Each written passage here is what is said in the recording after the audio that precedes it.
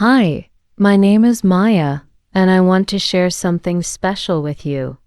You know that feeling when your heart races just thinking about speaking English? That was me just a few months ago. I'm a 22-year-old college student from Mexico who moved to Boston for my studies.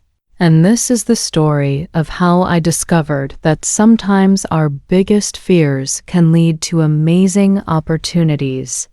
Every morning, I have this little routine. I wake up early, grab my favorite latte from Dunkin' near Boston Common, and find my usual spot on one of the park benches under the shade of the old elm trees. It's peaceful there, perfect for studying. I always bring my English textbook and my phone with my language learning apps. This morning was no different. The spring sun was warm, and the common was just starting to buzz with commuters and joggers. I sat there practicing simple phrases under my breath. Good morning. How are you? Can I help you? But honestly, I was just repeating words without the courage to use them in real conversations. You see, I've been in Boston for 2 years now, but whenever I heard people speaking English around me, I would quickly look down at my phone.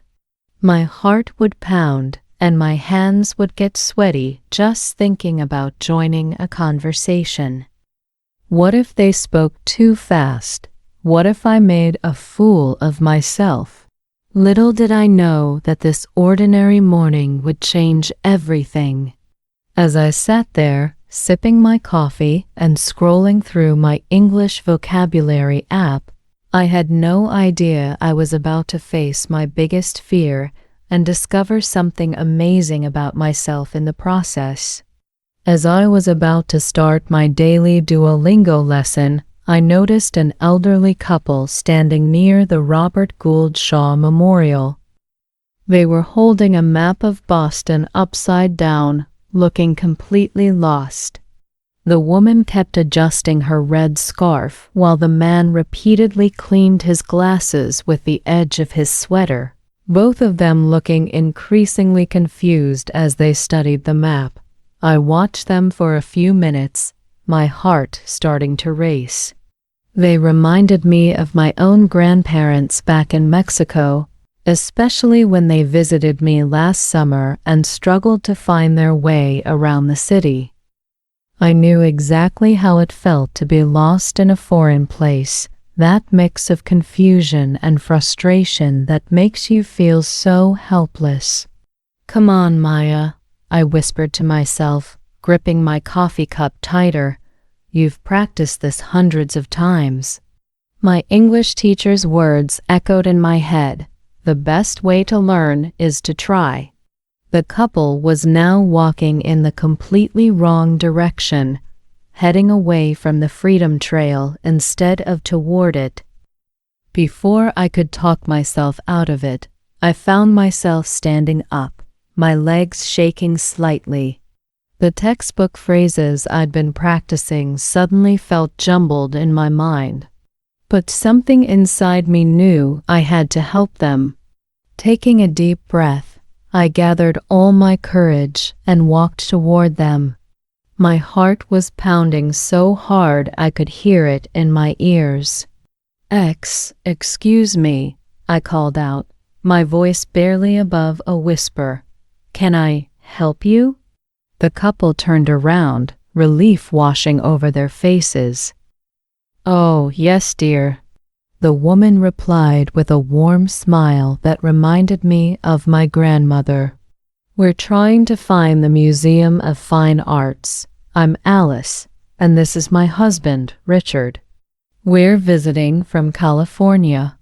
My practiced phrases suddenly felt stuck in my throat, but their kind expressions helped calm my nerves. I'm Maya, I managed to say, surprised by how steady my voice sounded. We're from San Francisco, Richard added, still fiddling with the upside-down map. Been traveling down the East Coast, visiting every major art museum we can find, started in New York last week. He spoke slowly and clearly, as if sensing my nervousness with English. To my surprise, I understood every word they said. My English teachers had always used simple phrases like these in class, and now they were coming to life in a real conversation. Each word they spoke was like a small gift, clear, patient, and easy to understand. The museum is...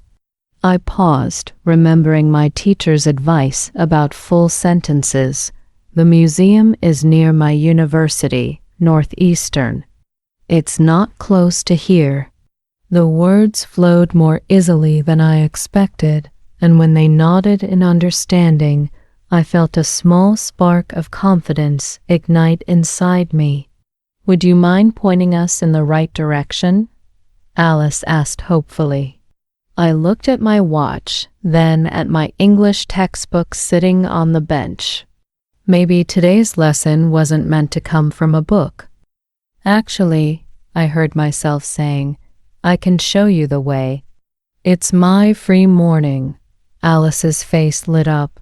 Oh, would you really? That's so kind of you. Richard folded his map with visible relief, and I couldn't help but smile at their reaction. As we walked down Beacon Street, I found myself remembering snippets from my architecture classes. This area is called Beacon Hill, I explained, pointing to the beautiful brownstone buildings. These houses are very old. Historic, I corrected myself, proud to use a word I'd learned recently. We needed to take the T from Park Street Station to get closer to the museum. While waiting for the train, Richard asked about my studies at Northeastern. I was surprised by how naturally the conversation flowed, maybe because they reminded me so much of my own grandparents, or maybe because they listened so patiently, never rushing to complete my sentences when I paused to find the right words. The museum has a special exhibition about Mexican art right now, I mentioned as we boarded the Green Line train. My professor had mentioned it in class last week. Really? Alice's eyes sparkled with interest. Are you familiar with Mexican art? For the first time since moving to Boston, I felt like my background was an advantage rather than a barrier. As the train moved through the city, I found myself explaining about Frida Kahlo and Diego Rivera, the words coming easier now that I was talking about something I knew well. The Museum of Fine Arts station came into view, and I felt a mix of accomplishment and nervousness. I had successfully guided them here, but now what? To my surprise, Alice gently linked her arm through mine as we climbed the station stairs. Maya, you must join us for the exhibition, she said warmly. We'd love to hear more about Mexican art from someone who really knows it. Richard nodded enthusiastically beside her. Inside the museum, I found myself pointing out details in the paintings that reminded me of home. This style of colors, I explained, gesturing to a vibrant piece, is very common in Mexican folk art. The words flowed more easily when I talked about something so familiar. Your English is getting better and better, Richard observed as we moved through the gallery. You seemed so nervous at first, but now you're quite the tour guide. He was right. Something had changed during our walk to the museum. Each sentence felt less like a challenge and more like a bridge, connecting my world to theirs. When I couldn't find the exact word I wanted, I'd find another way to explain it, and they'd help me learn the right term. In San Francisco, Alice shared, we have a whole museum dedicated to Latin American art. Maybe you'll visit us someday and we can be your guides. For the first time, I imagined myself traveling confidently in an English-speaking world. As we rounded the corner into the main hall, I noticed a small group gathering near the information desk. A sign caught my eye: English language tour, Mexican art exhibition, starting in 15 minutes. My heart did that familiar flutter, but this time it felt different, more like excitement than fear. Alice must have noticed me staring at the sign because she squeezed my hand encouragingly. "Shall we join the tour?" she suggested. We could all learn something new together. Richard was already walking toward the group, his camera ready. 2 months ago, I would have made up an excuse to leave. Even this morning, the thought of joining an English language tour would have sent me running back to my quiet bench in Boston Common. But something had changed. "Yes," I heard myself say, "I would like that."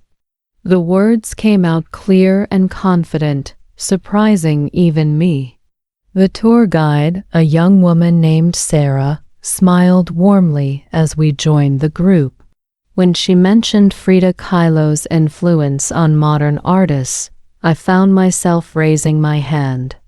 "In Mexico," I added to her explanation, "we say that Frida's style is like—" I paused, searching for the right words, but instead of panicking, I simply took a breath and continued.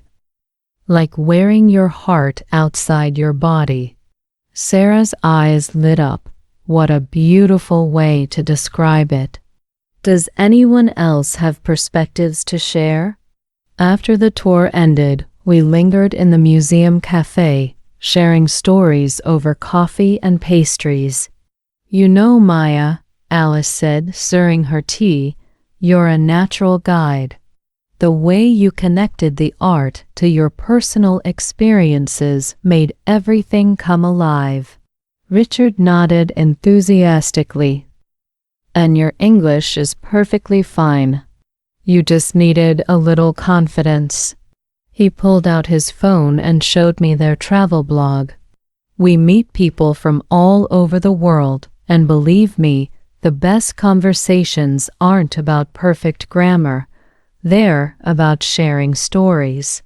Their words echoed in my mind as I walked them back to their hotel near Quincy Market. We exchanged email addresses, and Alice insisted I visit them in San Francisco someday. As I hugged them goodbye, I realized something profound had changed inside me. Instead of heading home, I walked back to my morning spot in Boston Common. The same bench, the same trees, but I felt different. I pulled out my phone and opened a new note: "Free walking tours, Boston history and art." Right there, I made a decision. Every Saturday morning, I would offer free walking tours for tourists, combining my knowledge of art, architecture, and Boston's history. My English might not be perfect, but I had something valuable to share. As I wrote down my plans, a message from Alice popped up.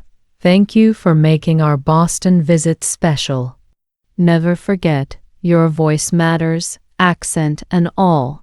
Thank you for watching." If you enjoyed this story, don't forget to leave a like and share it with your friends. Subscribe to our channel for more stories in English and lessons. Click the bell icon to be notified when we post new videos. Your support means a lot to us. See you next time.